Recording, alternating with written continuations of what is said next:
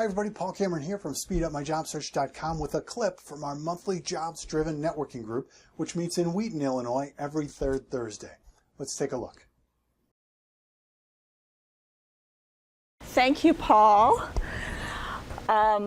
And just full disclosure, I'm sitting, and thank you for allowing me to, because my spine is disintegrating and I'm about to have my second spinal surgery. So it's hard for me to stand for long periods.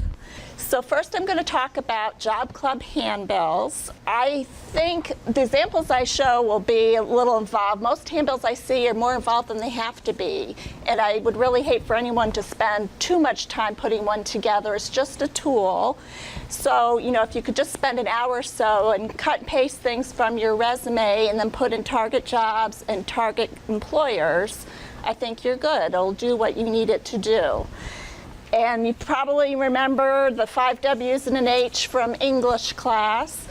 This is my second career. I was a journalist before. I was a newspaper reporter and editor. I was in marketing communications, advertising, media relations, all kinds of things. So sometimes when I was a reporter, I would have to go out and cover a story and phone it back to the office if it was on deadline and just dictate a story off the top of my head. Well, one thing that I used to do to help me remember all the elements I needed to put into the story was I would run through the 5 W's and an H to make sure I was including all those important elements. So I thought that this would also be a good way, a good framework to talk about what goes into a handbill and your elevator pitch. The who and where. So it's, as you know, it's used in job clubs, other networking events, and one-on-one networking. It is not used with employers like a resume. A handbill presents the best of who you are and what you have to offer to the people that you network with. Think of it as a high-level summary, less detailed and but more targeted than a resume. And it shows people how they can help you. Very important. That's what it's there for. It's a tool to help your networking contacts quickly understand your goals, your target job titles, and your target employers. I would recommend you have at least 10 that you're changing out all the time. And 50 is even better, like 50 on the back of your sheet. The more you put on there, the more people can help you. Always be changing out that list. I see some people who might always have the same 4 or 5. You know, and a year later it's the same 4 or 5 and they're not getting anywhere. You have to keep looking and broaden your search, and you just never know who might lead you to something if you give them enough hooks and ways to help you. It's a leave behind. It can be read again, and often is by people who attend job club. You know, you're sitting in a job club and you're just bombarded with information from 20, 25 people. You can't possibly remember all that. So having a handbill is something people take with them. And it's amazing how often people will later follow up on that, or if they hear about something that they think you might be interested in, they'll contact you or email you. I went to Job Club years ago when Joy McGuire-Dooley was doing it, and it was an amazing number of people who contacted me afterwards, and my husband the same thing, he went through it. So I also call it, you know, it's like marketing collateral. If you're in marketing, sales, advertising, something like that, you have things to supplement your job search. I also think coming up with a handbill is a wonderful exercise to help you clarify exactly what you're looking for, what your target job titles and your target employers.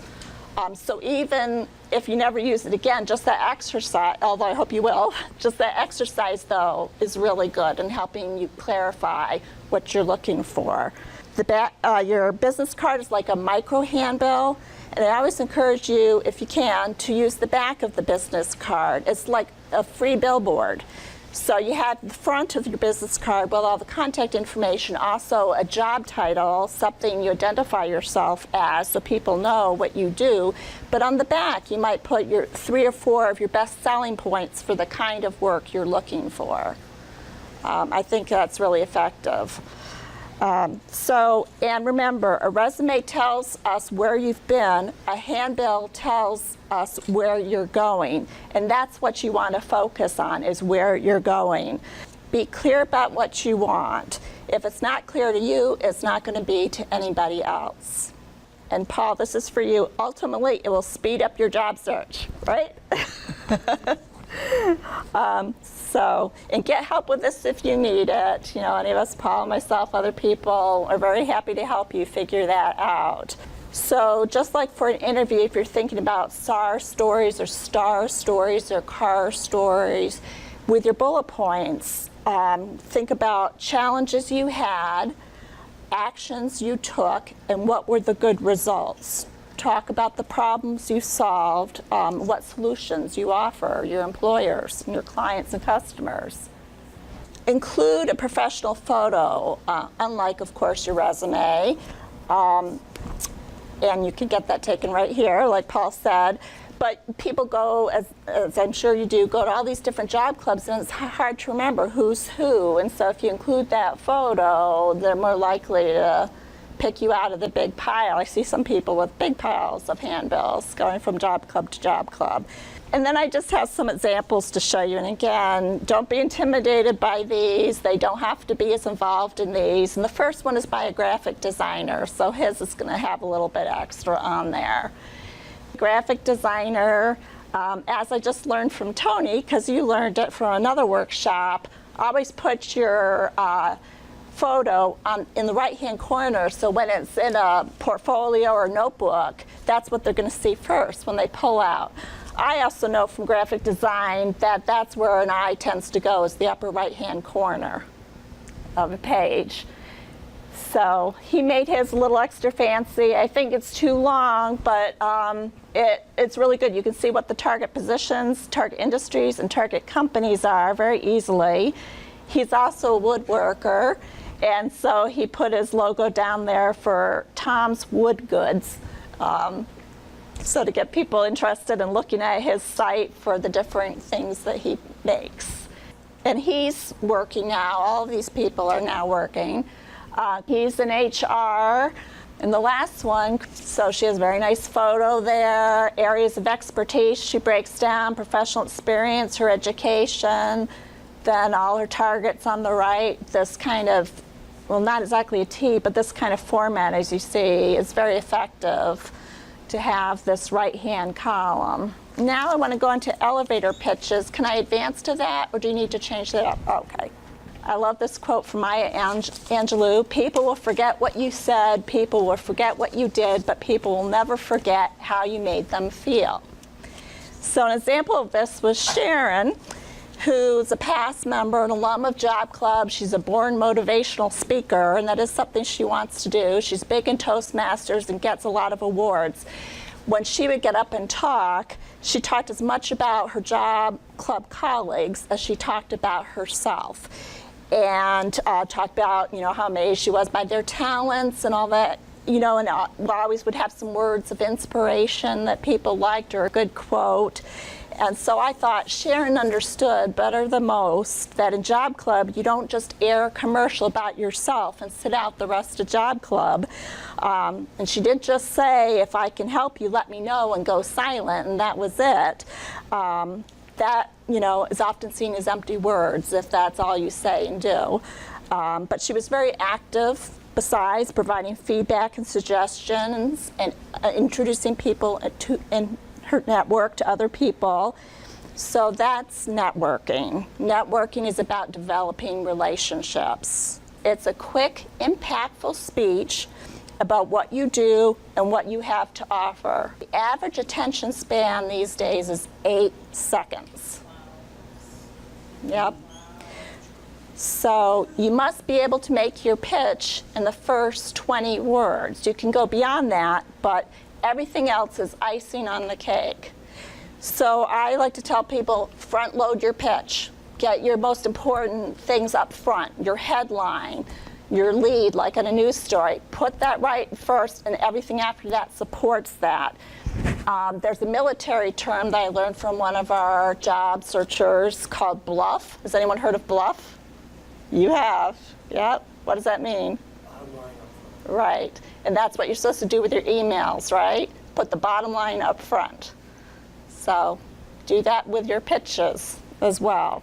Connor Kneen, who's on the board over at the Community Career Center where we have Job Club on Wednesdays, he talks about what 3 things, like for an interview, what 3 things do you want people to remember about you or to say about you if they're talking about you as a candidate to somebody else at the company. So I think that's a nice little handy rule to think about. What are the 3 things you want to get across, and just keep hammering that home.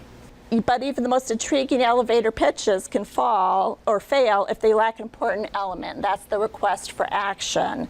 You know, you could say things like, here's how you can help me. Here's who I would like to meet. What advice do you have for me? Can you suggest any employers I should be contacting? And remember that people are listening, have their antennas tuned to certain things. So if it's employers or recruiters that are listening to an elevator pitch, they're thinking, what's in it for them? If it's a colleague in job search, they're thinking, how can I help this person? So those are the questions you want to be addressing and trying to answer with your pitch. Well, thank you very much for your attention. I hope that was helpful for you, and please check out the rest of our YouTube channel for more tips and strategies to help you with your job search. Just look for Speed Up My Job Search, all one word, or use the link on your screen now. Now, if you'd like to join us at our next meeting, just go to drivestaff.com/JDNG for details. Each month we cover a different aspect of networking to help you sharpen your networking skills and to help you build your network with the other attendees. Now, if the location or the time doesn't work for you, we do have an online version available as well, and you can still network with us in our online private member forum. I'd love to meet you at the next one, so I hope you can make it. Thanks for watching.